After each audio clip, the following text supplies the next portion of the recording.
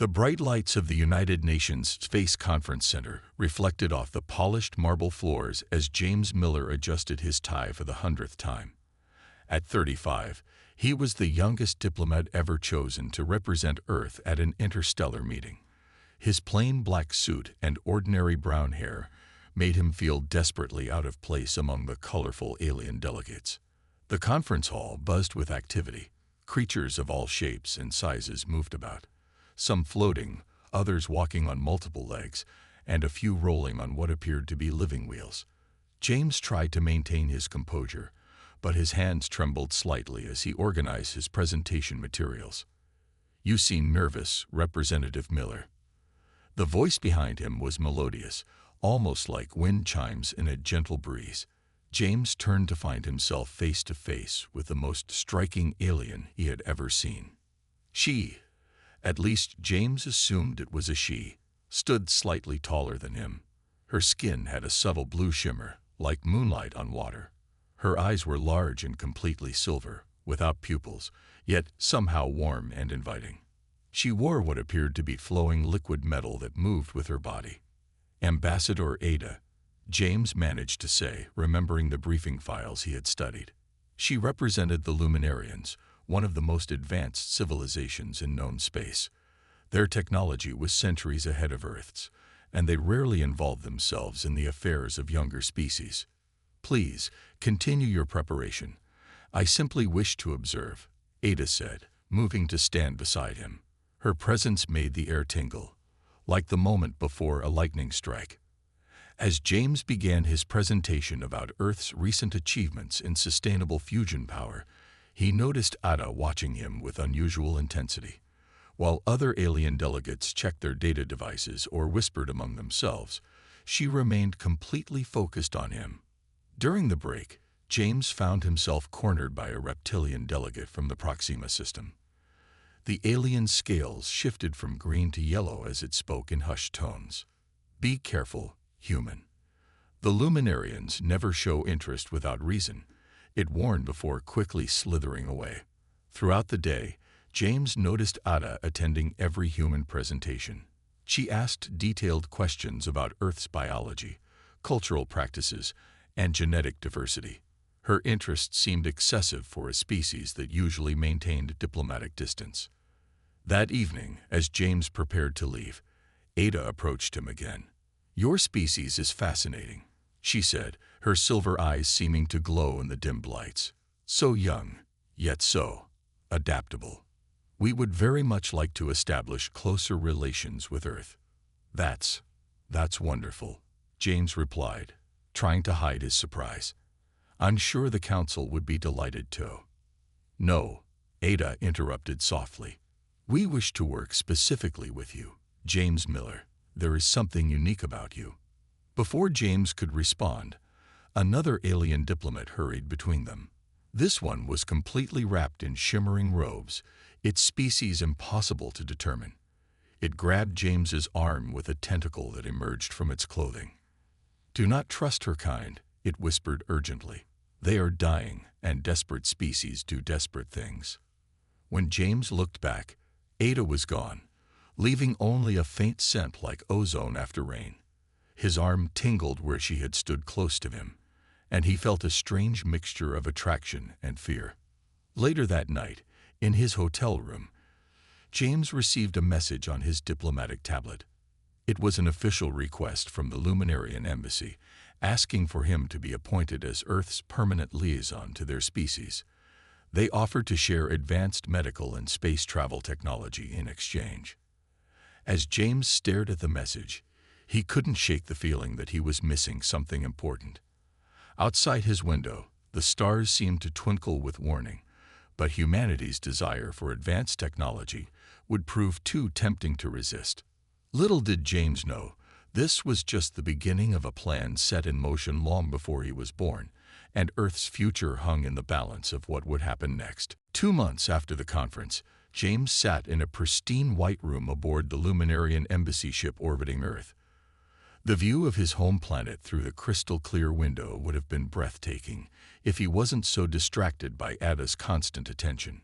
"Your genetic structure is remarkable," Ada said, her silver eyes fixed on him as she glided across the room. "Every human is unique, but you." She trailed off, her liquid metal dress rippling with what seemed like excitement. The UN Space Council had jumped at the Luminarians' offer. Their first gift had been a cure for several types of cancer, delivered within weeks of James's appointment. Now, Earth's leaders would agree to almost anything they asked.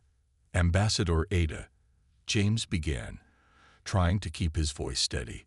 "While I appreciate your interest, I'm curious why you need me specifically for these technology transfers." Ada's smile reminded him of a cat watching a mouse. "Because you understand both our species, James.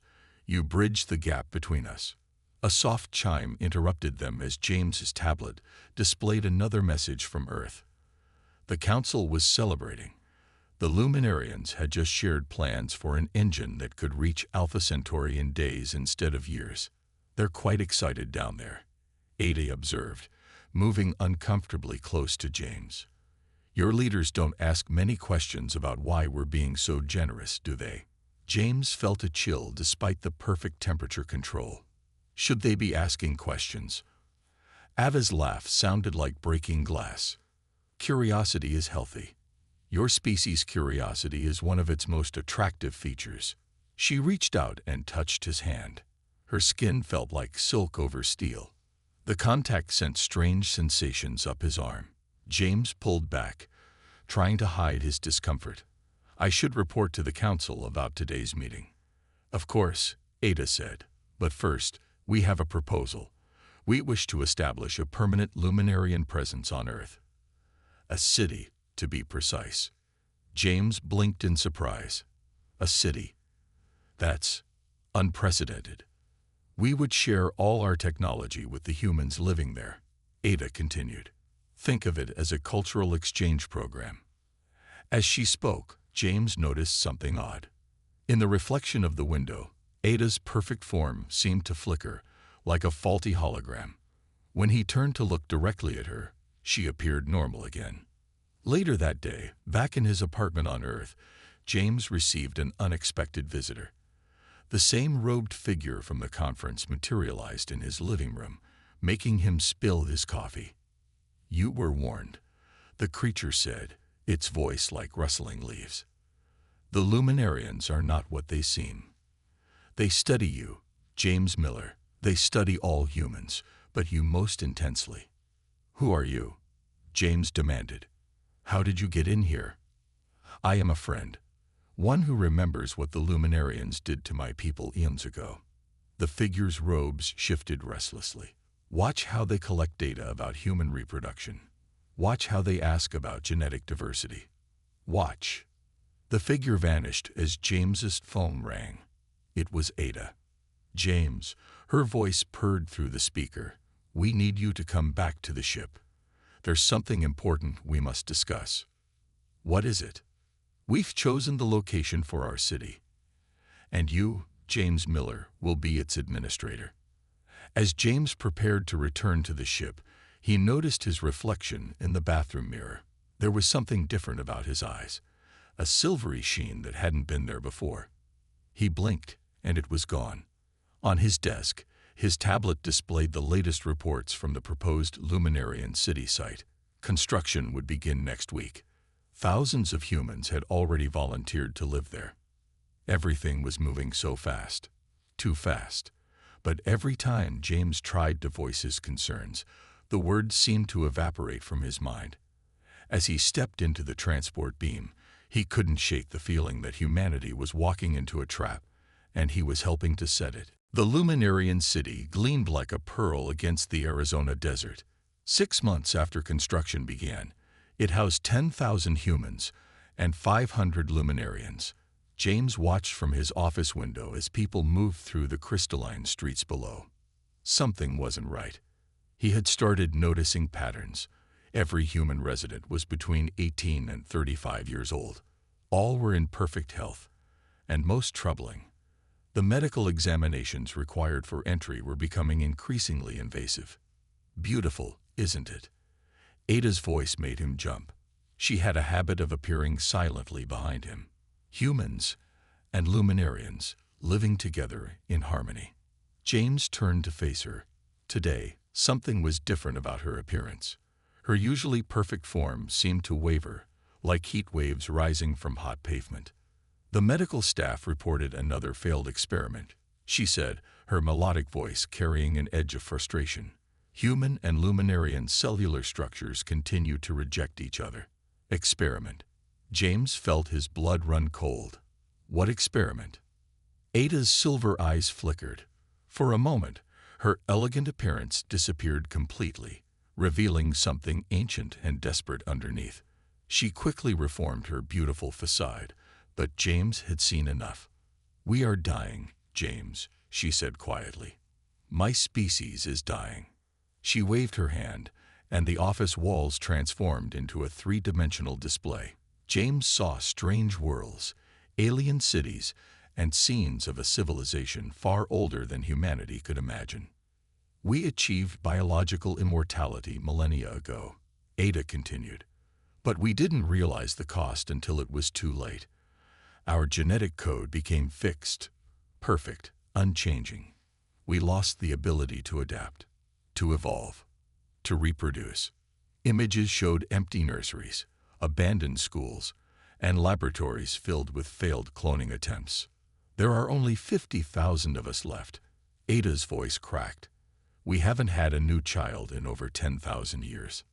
James's mind raced, connecting dots he should have seen months ago. The medical examinations, the genetic sampling. "You're not studying us. Humans are remarkable," Ada interrupted. "Your DNA can adapt to almost anything. You can breed with slight genetic variations that would kill other species. You are everything we used to be." She moved closer, her form flickering more frequently now.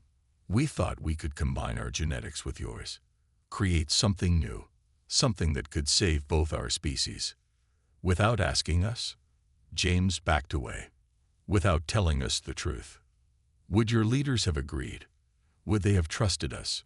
Ada's laugh was bitter. "We are desperate, James. Our civilization will be gone in another century without new genetic material." James reached for his tablet, but it crumbled to dust in his hands. "What did you do to me?" he whispered, remembering the strange silver in his eyes months ago. "We've been preparing you," Ada said softly. "Your genetic structure was the most compatible we've ever found. With proper conditioning, you could be the key to our survival." The office door sealed itself. James felt a strange tingling throughout his body. "You can't do this," he said, but his voice was weak. "We already have." Ada's perfect form finally collapsed completely, revealing her true self, a being of pure energy held together by ancient technology. "The humans in this city aren't just residents, James. They're test subjects, and you're our greatest success." James tried to run, but his legs wouldn't move. Through the window, he saw the city's crystal towers pulse with energy. In the streets below, humans were beginning to collapse. "Don't worry," Ada's true voice echoed in his mind. "They won't remember any of this. And soon, neither will you." As darkness crept into his vision, James managed to press the emergency beacon hidden in his watch, the one given to him by the mysterious robed figure months ago. His last thought before consciousness faded was a desperate hope that someone would understand the warning. The city's towers pulsed brighter, and the desert wind carried away his final whisper of resistance. James awoke in a chamber that looked like liquid starlight. His body felt strange, as if his skin had been removed and reattached incorrectly. Through the translucent walls, he could see other chambers, each containing a floating human form. His emergency beacon had worked, but not in the way he'd expected. Instead of alerting Earth, it had triggered something in his modified genetics. Memories that Ada had tried to suppress came flooding back. "Your consciousness is quite resilient." Ada's true form, a shifting mass of energy and ancient technology, hovered near him. Most humans would have submitted to the genetic reconditioning by now. The whole city, James managed to speak, his voice rough. It was never about cultural exchange. It was a breeding program. A necessary deception. Another Luminarian joined them, its energy form pulsing with shades of deep purple. Our fleet approaches Earth now. Soon, we will have access to all of humanity's genetic material. James pushed against the chamber walls, finding them surprisingly solid despite their liquid appearance. Earth's defenses are meaningless, Ada interrupted. We have spent months collecting data on every military installation through our human residence. Your species gave us everything we needed, all for a few trinkets of advanced technology. Through the chamber walls, James watched in horror as more humans were brought in, all unconscious, their bodies showing signs of genetic manipulation. The Luminarians were processing them like specimens in a lab. Why show me this? James asked, fighting against rising panic. Why wake me up? Ada's form moved closer to his chamber. Because you're different, James. Your genetic structure accepted our modifications. You're proof that our species can be saved.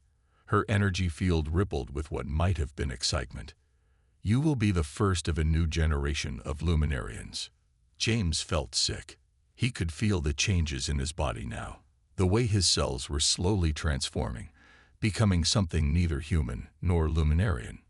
But with the awareness came something else, an understanding of the energy fields around him. The fleet will reach Earth in 6 hours, the purple Luminarian announced. Our breeding chambers are ready in every major city. Humanity will serve its purpose. As they spoke, James focused on his new awareness. The genetic modifications had given him an unexpected connection to Luminarian technology. He could feel the pulse of energy flowing through the chamber walls. You forgot something important about humans, James said, his voice growing stronger. We don't like being used. He pressed his hand against the chamber wall, focusing on the energy patterns he could now sense. The liquid starlight material responded to his touch, rippling outward. Ada's form flickered in alarm. Stop him. But it was too late. James had already interfaced with the chamber's control systems. Alarms blared as the other chambers began to open, releasing their human occupants. Impossible. The purple Luminarian pulsed with anger. The genetic modifications should prevent rebellion. You gave us your power, James said, as his chamber melted away. But you forgot to take away our free will. Chaos erupted in the facility. The awakened humans, their bodies partially modified like James's, found they could interact with Luminarian technology. Emergency signals began broadcasting to Earth, warning of the approaching fleet. Ada's form surged toward James, but he raised his hand, creating a barrier of energy. We could have helped you, he said. If you'd just asked, humans would have helped. But you chose deception. You've doomed us all. Ada's voice resonated with despair. My species will die. Maybe, James replied as more humans awoke around him. Or maybe we'll find a better way. But first, you have to stop your fleet. The facility's crystal walls cracked with energy as the battle between modified humans and Luminarians began. James could only hope that Earth would be ready for what came next. Through the facility's windows, the Arizona dawn painted the sky blood red, as if nature itself was warning of the war to come. Red alert sirens wailed across Earth's major cities as the Luminarian fleet appeared in orbit. But humanity wasn't as helpless as the aliens had assumed. Thanks to James's warning, Earth's military had 6 precious hours to prepare. In the Arizona facility, James led a group of modified humans through the crystalline corridors. Their partially altered bodies glowed with a faint silver light as they interfaced with the alien technology around them. The main control center is 3 levels up, James said, his voice carrying an odd resonance. We need to reach the communication array. Behind them, Ada and her Luminarian followers gave chase, their energy forms crackling with fury. The walls pulsed with power as both sides fought for control of the facility's systems. You don't understand what you're destroying, Ada's voice boomed through the corridors. Our civilization's last hope. We understand perfectly, James shot back, using his new abilities to seal a doorway behind them. You wanted to turn Earth into a breeding farm. In orbit, Earth's combined fleet engaged the Luminarian ships. The aliens' technology was far superior, but they hadn't counted on one thing. Humans had spent centuries preparing for alien invasion. Every science fiction scenario, every war game, every desperate plan was now being put to the test. Their shields operate on a quantum frequency. James transmitted to Earth's defenders, using his modified body to decode Luminarian technical data. They can't maintain them while using their weapons. The knowledge spread quickly. Earth's ships began timing their attacks to exploit this weakness. The Luminarians, who hadn't fought a real battle in thousands of years, found themselves facing an enemy that adapted with terrifying speed. In the facility, James and his group reached the communication center. The room was a sphere of pure energy, with data streams flowing like rivers through the air. The modified humans instinctively knew how to interact with it. Their fleet is synchronized through this network, one of the modified humans said, her silver-tinged eyes reading the data streams. If we can disrupt it. A blast of energy knocked them all back. Ada appeared in the center of the room, her form now massive and threatening. You think we didn't plan for resistance? She raged. We've conquered younger species before. Your modifications were meant to make you obedient. That's your problem, James said, standing up. You forgot what makes humans different. We don't just adapt physically. We adapt our minds, our tactics, our entire way of thinking. The other modified humans joined hands, forming a circle. They had discovered that their partial transformations allowed them to combine their powers. Energy began to flow between them. Ada's form flickered uncertainly. What are you doing? Showing you what real evolution looks like, James replied. The combined power of the modified humans surged through the communication network. In orbit, Luminarian ships began to lose coordination. Their perfect formation fell into chaos. Stop. Ada's voice held real fear now. You'll destroy everything we've built. No, James said firmly. We're giving you a choice. Withdraw your fleet and talk to us honestly. Let us help you find a real solution, not as specimens, but as equals. The chamber filled with blinding light as the power struggle reached its peak. Through the facility's windows, they could see Luminarian ships falling out of formation, their crews unable to maintain control as the modified humans rewrote their command protocols. Your species is dying, James continued, his voice gentler now. But this isn't the way to save it.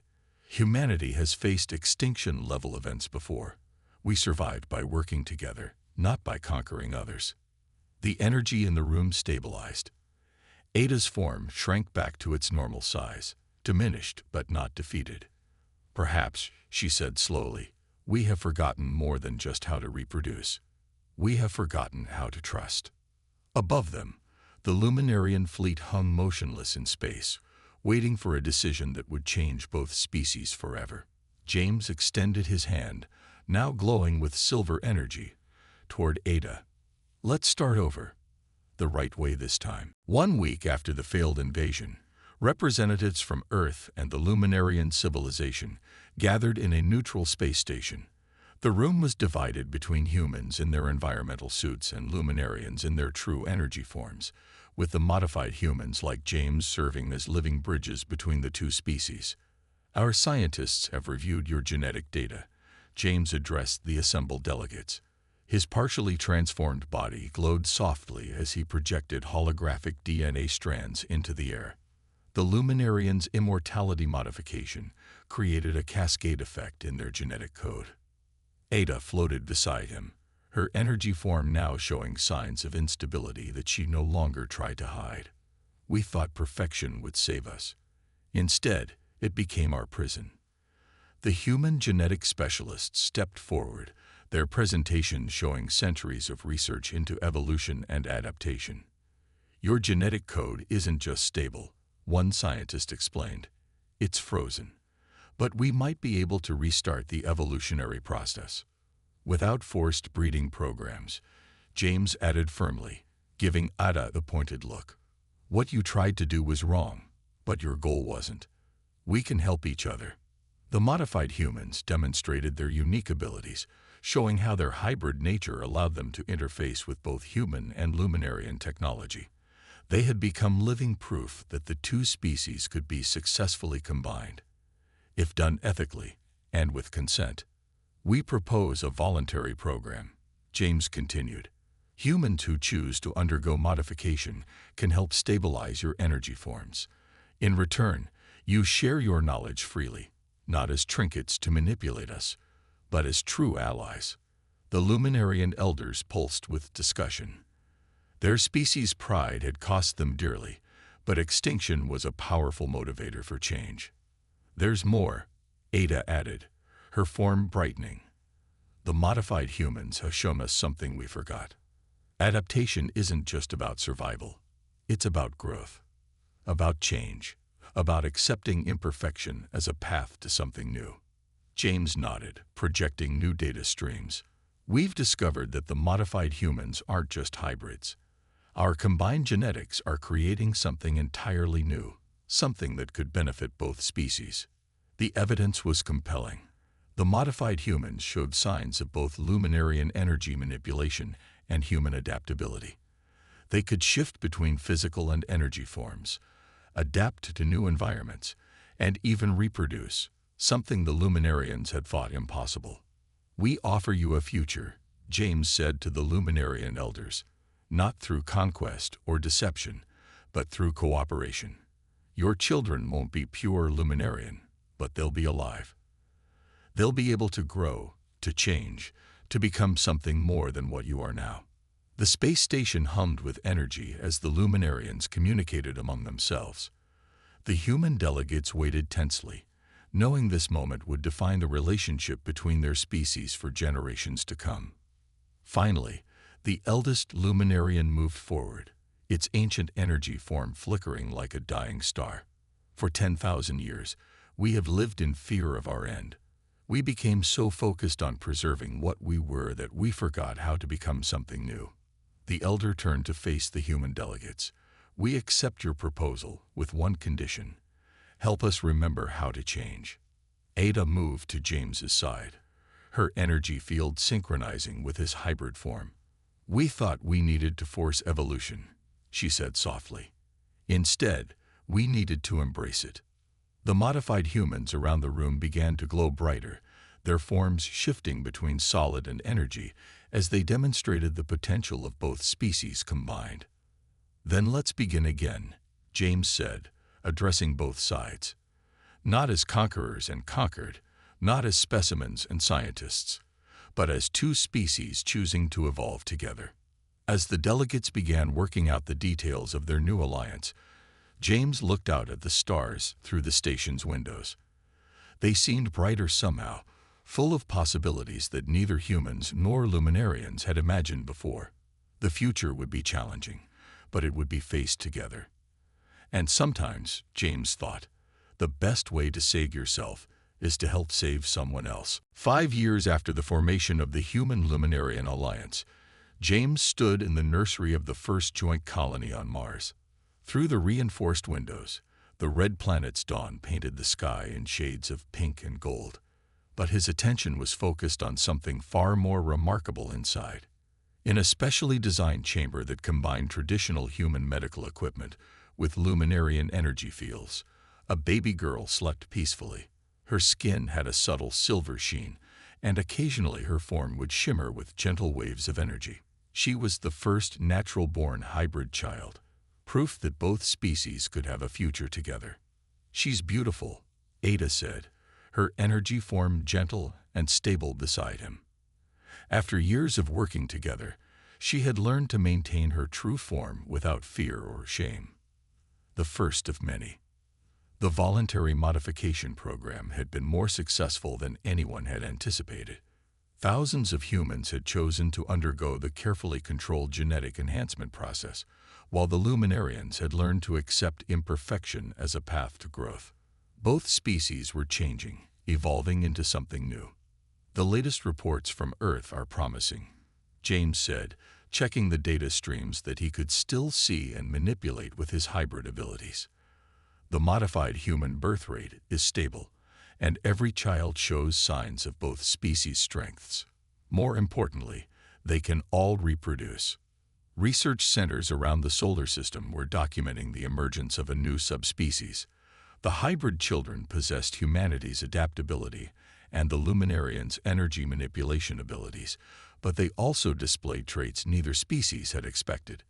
They could instinctively interface with technology, communicate through energy fields, and adapt to new environments with remarkable speed. "We were so wrong," Ada admitted, watching the sleeping child. "We thought we needed to control evolution, to force it to serve our needs. Instead, we just needed to let it happen naturally." The Luminarian population, which had been on the brink of extinction, was slowly beginning to grow again. Though their pure energy forms would eventually fade from existence, their legacy would live on in the hybrid children who carried their genetic heritage. James touched the chamber's surface, sending a gentle pulse of energy to the baby girl. She stirred in her sleep, unconsciously responding to the energy pattern. "Have you decided on a name?" he asked. "Hope," Ada replied, in both human and Luminarian languages. "Because that's what she represents." Outside the nursery, the Mars colony buzzed with activity. Human scientists worked alongside Luminarian energy beings, each bringing their unique perspectives to the challenges of terraforming the Red Planet.